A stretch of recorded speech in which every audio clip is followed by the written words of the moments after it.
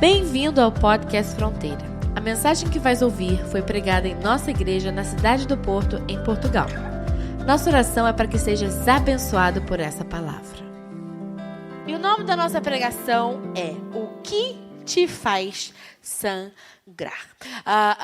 Sangue é algo essencial para a vida humana. A gente sabe que cerca de 7% do nosso peso corporal é sangue. Uma pessoa de 70 quilos tem ali mais ou menos 5 litros de sangue correndo no seu corpo. Sangue é vital. Se a gente perde mais de 1,5 litro de sangue, pode ser fatal. Claro que eu estou trazendo aqui dados aproximados, não sou profissional da área da saúde, mas é uma questão que realmente existe. O sangue é fundamental para a nossa vida. Ele transporta nutrientes, transporta gases respiratórios, faz o transporte de resíduos do nosso metabolismo. Ele serve para a nossa defesa, para a nossa imunidade, através dos leucócitos. Ele trabalha a coagulação sanguínea por meio da ação das plaquetas. Sangue é realmente fundamental. E a minha pergunta para você nessa manhã é: o que te faz sangrar? E para a gente meditar nesse tema, nós vamos ler Marcos, a partir do capítulo 5. Vamos passear primeiro, entender o contexto de onde Jesus se encontrava neste momento. E diz assim: então chegou ali um dos dirigentes da sinagoga, chamado Jairo. Vendo Jesus, prostrou-se aos seus pés e lhe implorou insistentemente: minha filhinha está morrendo. Vem, por favor, e impõe as mãos sobre ela, para que seja curada e viva. Jesus foi com ele. Uma grande multidão o seguia e o comprimia. Então, a gente vê aqui, Jesus estava... quem que vai até Jesus? Um homem chamado Jairo. E o que ele apresenta para Jesus? Jesus, a minha filha está muito doente, ela está morrendo. Vem, por favor, impõe as mãos sobre ela para que ela seja curada e vive. E a Bíblia nos diz exatamente que Jesus vai com ele. Jesus aceita essa proposta de Jairo, esse pedido de Jairo: vem para que a minha filha seja curada, e Jesus vai. Ok? E algo muito lindo e muito especial acontece no caminho entre esse encontro de Jesus com Jairo e até o momento que ele chega na casa de Jairo. Algo muito especial acontece no meio do caminho. E a gente chega na nossa passagem de hoje, Marcos 5, ainda, versículos 24 a 29, diz assim: Jesus foi com ele. Uma grande multidão o seguia e o comprimia. Ou seja, enquanto ele estava no caminho para a casa de Jairo, uma grande multidão o seguia e o comprimia. E estava ali certa mulher que havia 12 anos vinha sofrendo de uma hemorragia. Ela padecera muito sob o cuidado de vários médicos e gastara tudo o que tinha, mas em vez de melhorar, piorava. Quando ouviu falar de Jesus, chegou-se por trás dele, no meio da multidão, e tocou em seu manto, porque pensava: se eu tão somente tocar em seu manto, ficarei curada. Imediatamente cessou a sua hemorragia, e ela sentiu em seu corpo que estava livre do seu sofrimento. Livre do seu sofrimento. Amém. Graças a Deus. Ali estava certa mulher que havia 12 anos vinha sofrendo de uma hemorragia. Ela padecera muito sobre o cuidado de vários médicos. E ela tinha gastado tudo o que ela tinha com esses médicos. Só que ao invés de melhorar, o que acontecia? Ela piorava. Então, a gente se dá com essa mulher que há 12 anos sangrava, que sentia uma dor horrível. Ela tinha, além da dor, ela devia ter um descontrole hormonal gigantesco. Sexta-feira a gente teve o nosso encontro de mulheres e a gente conversou sobre essa questão hormonal, o quanto que isso altera o nosso bem-estar, as nossas emoções, os altos e baixos, os picos de choro, de alegria, de energia, de cansaço e dali por diante. Imagina como é que não estava o aspecto metabólico dessa mulher, como é que ela não devia de estar anêmica, desidratada, frustrada, inflamada. Além do incômodo daquele sangramento, daquela hemorragia constante, o corpo daquela mulher estava literalmente shutting down, desligando, deixando de funcionar completamente inflamado, completamente doente. Se questões hormonais são complicadas hoje, que a gente tem endocrinologistas, médicos especializados em hormônios e dali por diante, imagina naquela época, aquela mulher não tinha, por mais que ela tivesse recursos financeiros, não existia quem tivesse a resposta para a doença daquela mulher. Isso é ela, a vida dela, o corpo dela. Agora, com relação à sociedade, o que a gente vê em Levítico, uma mulher que sangrava, diz assim: quando uma mulher tiver um fluxo de sangue por muitos dias fora da sua menstruação normal, ou um fluxo que continue além desse período, ela ficará impura enquanto durar o corrimento, como nos dias da sua menstruação. Qualquer cama que ela se deitar enquanto continuar o seu fluxo estará impura, como acontece com a sua cama durante a sua menstruação, e tudo que ela se sentar estará impuro, como durante a sua menstruação. Quem tocar em alguma dessas coisas ficará impuro. Lavará suas roupas e se banhará com água. Então, essa era a lei debaixo da qual essa mulher vivia. Ela não só era doente, sofria com aquilo há 12 anos, mas como era considerada uma mulher extremamente impura, uma mulher que não podia encostar em ninguém, que ninguém podia encostar nela. A cama que ela dormia era considerada uma cama impura. Os lençóis, a cadeira que ela sentava era considerada uma cadeira impura. E só da pessoa, não precisava nem tocar nela, mas tocar na xícara que ela bebeu, no lençol que ela dormiu, na cadeira que ela sentou, a pessoa se tornava impura só por ter encostado naquilo que aquela mulher encostou. Então imagine, são 12 anos com seu corpo sofrendo, 12 anos em que você está completamente excluída da sociedade, 12 anos em que você é completamente considerada impura, 12 anos sem afeto, 12 anos sem toque, 12 anos sem um abraço, 12 anos sem interações praticamente. Quão difícil não deve ter sido esses anos da vida dessa mulher? 12 anos de esgotamento físico, esgotamento emocional e esgotamento financeiro. Imagine o sofrimento dessa mulher. Essa mulher conhecida como a mulher do fluxo de sangue, mulher a qual a gente não sabe sequer o nome. O sofrimento dessa mulher se torna a identidade dela. Ela não tem nome, mas a gente sabe que é a mulher do fluxo de sangue. Que em nome de Jesus, a gente não seja conhecido pelo nosso sofrimento. Não deixe o sofrimento da sua vida virar o seu todo. A gente às vezes dramatiza demais algumas dores pelas quais a gente passa. A gente, às vezes, valoriza demais algumas situações. E não precisa, sabe? A gente torna as situações, às vezes, mais difíceis do que elas precisam ser. Pode ser por uma questão emocional, pode ser por circunstancial, pode ser o nosso próprio entendimento da situação. E muitas vezes é assim. Quantas vezes a gente não acha que está vivendo a pior coisa, daí a gente escuta a história de uma outra pessoa e fala: meu Deus, o que eu vivo é tão pouco. Não é verdade? A gente fala: nossa, realmente o que eu estou vivendo é insignificante. Ou às vezes a gente, quando está no meio do problema, no meio da turbulência, no meio da situação, a gente acha que o mundo acabou, que está tudo caindo aos pedaços, Jesus, e agora, e agora, e agora. E de repente, quando a gente vê, a gente permanece no Senhor, aquela turbulência passa. A turbulência passa. Quantas vezes Jesus não entra no barco, o barco está no meio daquela tempestade, as ondas gigantes, e Jesus entra no barco e acalma a tempestade. Ele é aquele que faz com que as ondas se acalmem. Ele manda no vento, ele ordena ao vento que pare, ordena as ondas que parem. Então, em nome de Jesus, não permita que o seu sofrimento se torne o seu todo. Não deixe não deixe uma situação adversa que você gostaria de se encontrar se tornar o todo da sua vida. Sua vida tem muito mais valor do que o problema. Sua vida tem muito mais valor do que a circunstância momentânea. Sua vida não se resume a Isso, aquela mulher pode ser conhecida por muitos como a mulher do fluxo de sangue, mas a vida dela era muito mais do que aquilo. Ela valia muito mais do que aquilo. Ela poderia ser conhecida como a mulher excluída, como a mulher impura,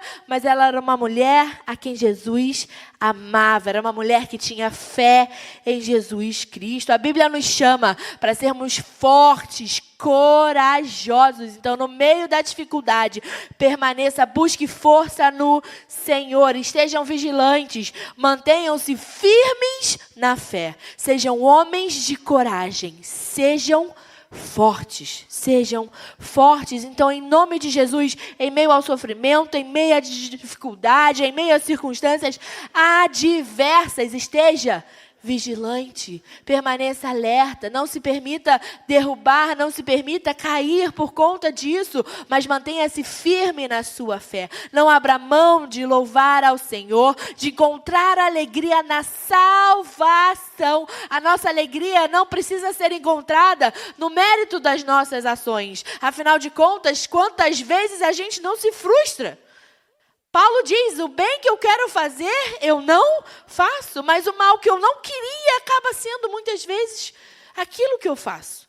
Então, a gente não pode colocar a nossa alegria, o nosso ânimo, a nossa força nas nossas ações. O nosso ânimo, a nossa alegria, a nossa coragem, sabe? O nosso vigor precisa vir do Senhor. A gente precisa encontrar alegria na salvação. Na salvação. É isso que traz renovo, é isso que traz paz, é isso que traz força. Sejam homens de coragem. É impossível ser homem de coragem, ser uma pessoa forte, se a gente não permanecer vigilante, atento e com bom discernimento das situações, sem se manter firme na fé. É essencial a firmeza na fé para que a gente tenha coragem e para que a gente seja forte. Mas em nome de Jesus, vigie os seus pensamentos, sabe? Os devaneios, aquela sensação de frustração, de culpa, de falhar. Vigie seus pensamentos, cuide das suas razões, das suas justificativas, daquilo que você tem pensado. Traga todo o pensamento cativo a Cristo, firme na fé, em nome de Jesus. Porque a verdade é que presença de problema não significa ausência de bênção. Assim como o sofrimento não significa abandono de Deus. A gente olha para a vida de Jesus. Jesus sofreu? Jesus enfrentou problemas? Foi perseguido? Ao ponto de cruz, ao ponto de morte. E ele se dá, a gente sabe que Jesus se dá, ele se entrega. Jesus se entrega como presente para morrer na cruz por nós. Porque se Jesus não quisesse, ninguém tinha colocado ele ali. Mas ele aceitou. Ele foi porque aceitou. Mas a presença de problema não significa ausência de bênção. Jesus, ao sofrer, Jesus, ao morrer na cruz, está cumprindo a promessa de Deus, está cumprindo o plano de Deus, está fazendo exatamente o que ele precisava fazer. Tantas vezes nós sofremos, enfrentamos situações que nós precisamos enfrentar. Não significa que não há bênção de Deus. Não significa que há abandono da parte de Deus. Não significa que o Senhor, ai meu Deus, por que Ele fez isso? Por que isso aconteceu? Permaneça. Permaneça. Fique firme em nome de Jesus. Sofrimento não significa abandono de Deus. Muito pelo contrário. É nele em que nós encontramos a nossa esperança.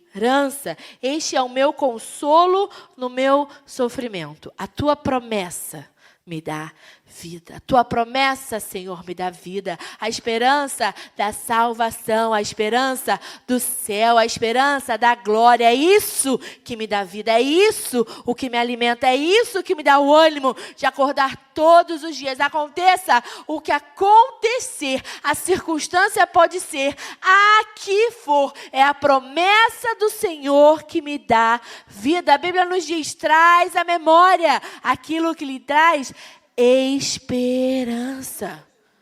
Traz à memória o que te traz esperança. É a mão do Senhor, é o agir do Senhor, é o caráter de Deus. Mais do que Deus faz, é quem Deus é. A gente precisa amar a Deus por quem Ele é. Claro que o que Ele faz é incrível, é maravilhoso, é abençoador, é lindo. Mas o caráter de Deus é perfeito. Sabe, a gente não olha, às vezes, para algumas pessoas e fala, uau, como essa pessoa é, sabe, correta.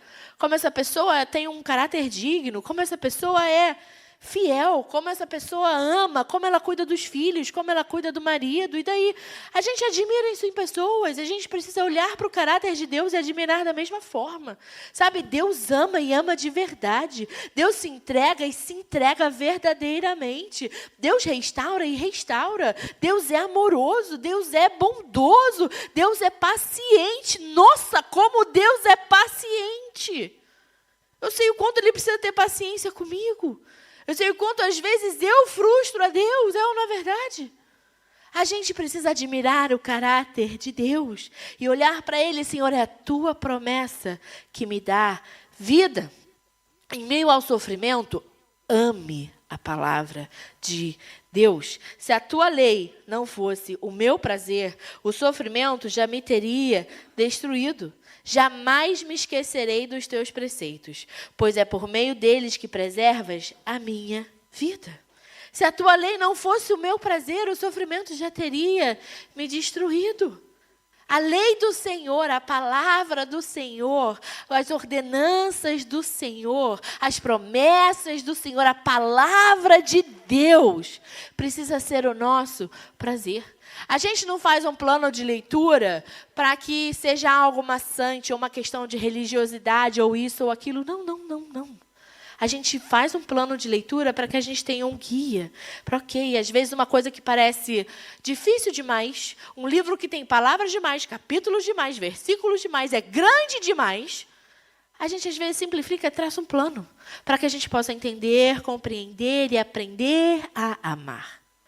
A gente não ama de um dia para o outro. Esse papo de amor à primeira vista não existe. Existe atração, existe paixão, existe fogo, existe inquietação, existe muita coisa. Agora, amor é algo que é construído. Amor é uma decisão. Eu amo porque eu escolhi amar. Um casal permanece junto porque escolhe amar um ao outro. O amor pode morrer? Pode. Se a gente escolhe parar de regar aquele amor, ele vai morrer.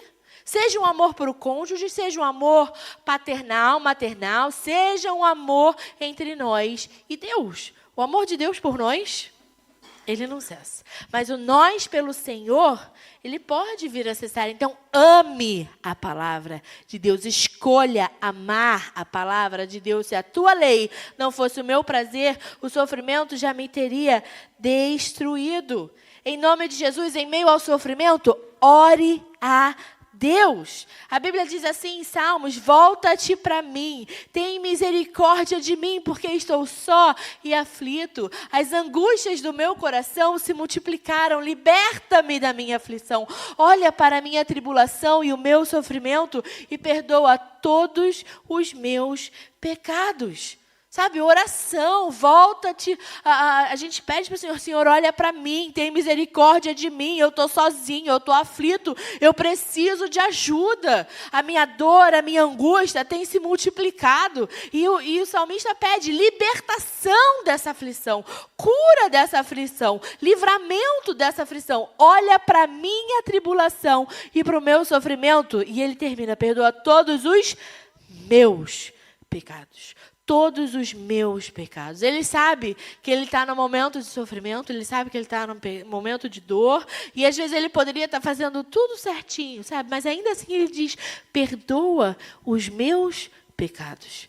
Perdoa, Senhor, as minhas falhas.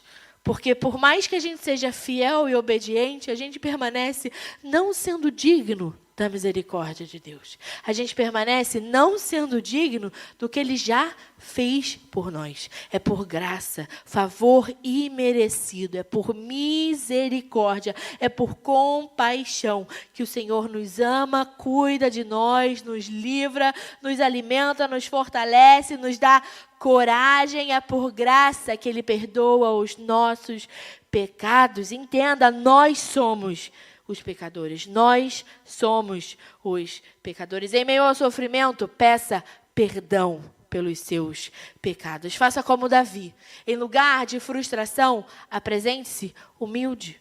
Ao invés de ficar, eu não entendo, por quê? Em meio ao sofrimento, Senhor, homem simples e pecador que sou, me perdoa, me ajuda a acertar. Trata o meu caráter, trata o meu comportamento, trata a minha vida. Em meio ao meu sofrimento, Senhor, eu peço perdão a Ti. Eu peço perdão pelas vezes que eu falei o que eu não devia falar, pelas vezes que eu abri mão da Tua presença por distrações, pelas vezes que eu pequei, pelas vezes que eu errei, me perdoa. Davi não deu crédito a Deus pelas suas frustrações, mas ele entendia que ele era pecador e que ele precisava de misericórdia. Em meio ao sofrimento, em nome de Jesus, não se esqueça quem é de fato o mestre. Você não é mestre da sua vida, você não é o autor da sua vida, você não é sequer dono da sua própria vida. Só tem algo que você pode fazer, que é tomar a sua própria decisão. Você decide, Deus dá livre arbítrio. Isso você pode escolher. As escolhas suas pertencem a você. Você pode ser influenciado por aqui, influenciado por ali. E quanto mais a gente for alimentado pela presença de Deus, pela palavra de Deus, quanto mais a gente estiver rodeado de um ambiente que seja edificante, mais isso vai nos facilitar a escolher aquilo que é de acordo com a palavra de Deus. Mas, no final das contas, minha decisão cabe a mim e é a nossa responsabilidade, é a sua responsabilidade. 2 Coríntios diz, pois os nossos sofrimentos leves e momentâneos estão produzindo para nós uma glória eterna que pesa mais do que todos eles. Mais uma vez, os sofrimentos são leves, são momentâneos, mas o que eles produzem em nós é uma glória eterna que pesa mais do que qualquer sofrimento, do que qualquer dor, do que qualquer dificuldade, do que qualquer sofrimento. Nem toda frustração é digna de sofrimento. Mais uma vez, às vezes a gente dramatiza demais. Às vezes a gente tem aquela brincadeira, o pessoal fala que é drama queen. Né? A rainha do sofrimento. Tudo é dor, tudo é sofrido, tudo é difícil, tudo é isso, tudo é o inimigo, tudo é Satanás, tudo é... Não tem erros daquela própria pessoa. Não tem nada que ela faça que possa ser, oh meu Deus. Não, tudo que ela faz é certo. A culpa é sempre dos fatores externos. A culpa é de A, a culpa é de B, a culpa é de C. Ai, mas foi muito difícil por causa disso. Ai, mas eu estava muito cansada. Ai, mas eu... E a gente fica apresentando aquele monte de, me desculpem, de palavras e palavras e palavras em vão.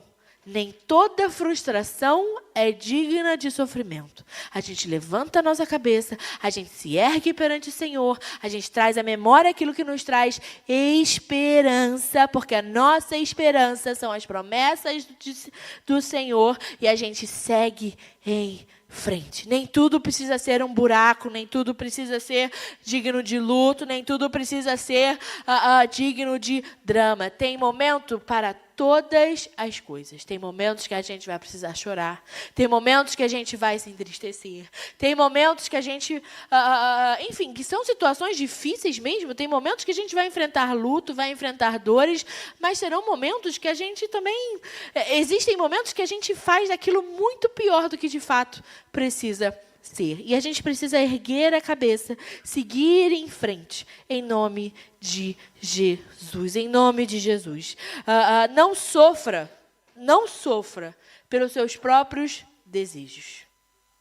Não sofra pelos seus próprios desejos. Tem muita gente que sofre porque quer algo que foge aos planos de Deus. Tem muita gente que se desvia porque Deus não abre a porta que aquela pessoa queria que fosse aberta. E são coisas muito diferentes. Em nome de Jesus, aprenda a sofrer pelo que é digno.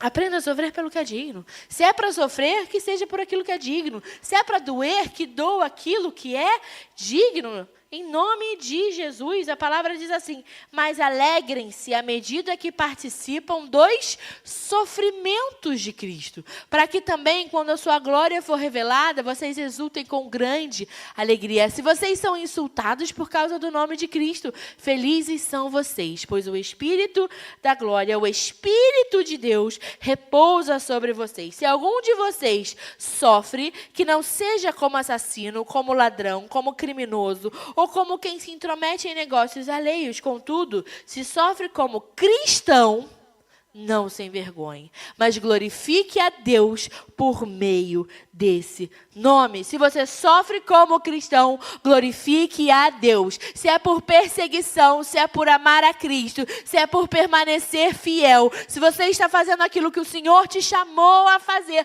glorifique a Deus. Se você tem acertado a sua vida, colocado ela no prumo, mas ainda assim não veio a resposta, glorifique a Deus. Se você tem passado por dificuldades, se você sente que parece que tudo está cooperando contra você, mas você permanece fiel a Deus, glorifique a Deus, glorifique a Deus. Ele é digno de honra, Ele é digno de glória, glorifique a Deus. Esse sofrimento é digno de ser atravessado. Esse sofrimento é digno de ser vivido e passe nele com alegria. Alegrem-se à medida que participam dos sofrimentos de Cristo.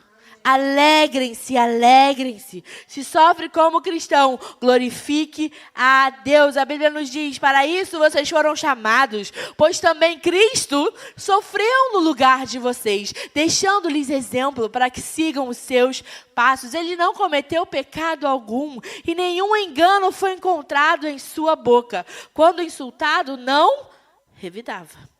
Quando sofria, não fazia ameaças, mas entregava-se àquele que julga com justiça. Entregue-se àquele que julga com justiça. Entregue-se ao Senhor. Ele mesmo levou em seu corpo os nossos pecados sobre o madeiro, a fim de que morrêssemos para os pecados e vivêssemos para a justiça. Por suas feridas vocês foram curados. Vocês foram curados em nome de Jesus. Viva para a justiça divina e não para os seus próprios juízos. Se entregue. Eu quero que o Rei dos Reis, eu quero que aquele cuja justiça é perfeita, julgue os meus atos. Eu quero que aquele que é santo, aquele que é puro, aquele que me ama, eu quero entregar a Ele os meus juízos. Eu quero entregar a Ele as minhas razões. Eu quero entregar a Ele a minha vida, os meus pensamentos, o meu todo. Eu entrego a Cristo, o meu sofrimento, a minha alegria, as minhas decisões, tudo eu entrego a Cristo. Viva para a justiça divina em nome de Jesus. E é isso, quando, provocado, não revida. Quando alguém te irritar, não irrite essa pessoa de volta. Quando você se sentir ferido, não fira. Mas ame, ame. A nossa justiça precisa ser um reflexo da justiça divina. Não tem mais isso de olho por olho, dente por dente. Me fez de idiota, vou fazer de idiota também. Vou causar raiva também. Vou provocar também. Bem feito. Isso não é ser crente. Isso não é refletir o caráter de Cristo. Não. Mas se você sofre como cristão, glorifique a Deus. Jesus fez tudo isso. E nunca foi bobo, nunca, me desculpem mais uma vez a palavra, mas Jesus nunca foi bobão, nunca foi um idiota. Jesus nunca foi o que a gente diz por aí, Enfim, um monte de palavra. Nunca foi nada disso. Jesus sempre foi sábio. Jesus sempre entrou muito bem e sempre saiu muito bem das situações. Jesus sempre falou com clareza. Jesus falava com sinceridade e honestidade, mas falava sem ferir. Falava com amor, ensinava com sabedoria. Jesus abraçava quando precisava abraçar. Jesus virou mesas quando precisou virar. Jesus sempre se colocou de forma perfeita. Então, você entregar seus juízos ao Senhor, você lhe dar a outra face, não significa que você está sendo bobo. significa que você está plantando o céu para colher salvação em nome de Jesus, em nome de Jesus. Aquela mulher, ela vai até Jesus. Quando ouviu falar de Jesus, chegou-se por trás dele, no meio da multidão, tocou em seu manto, porque pensava, se eu tão somente tocar em seu manto, ficarei curada. Em nome de Jesus, vá até Jesus no sofrimento, vá até Jesus no meio da multidão, do caos, sabe, do sufoco, vá até Jesus no meio da dor, vá até Jesus, encare a multidão que te separa de Jesus. O que é essa multidão?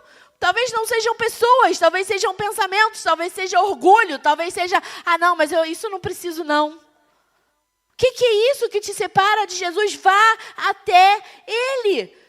A Bíblia diz que quando ela ouviu falar de Jesus, chegou-se por trás dele no meio da multidão. E se a Bíblia diz multidão, é porque era uma multidão. E tocou em seu manto. Aquela mulher fraca, cheia de dor. Às vezes a gente está com preguiça e não sai de casa. Não vai para a igreja. Não sai com os filhos para um parque ou para alguma coisa, porque, estou tão cansada. Estou com uma dorzinha aqui nas costas. Chutei a quina do móvel. E aquela mulher, depois de 12 anos de sofrimento, atravessa uma multidão. Ela podia ser atravessada. Aquela mulher estava completamente fraca.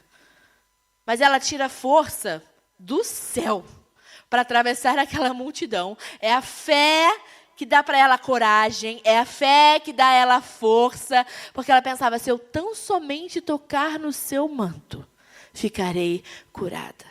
E imediatamente, quando ela toca o manto de Jesus, a sua hemorragia cessa.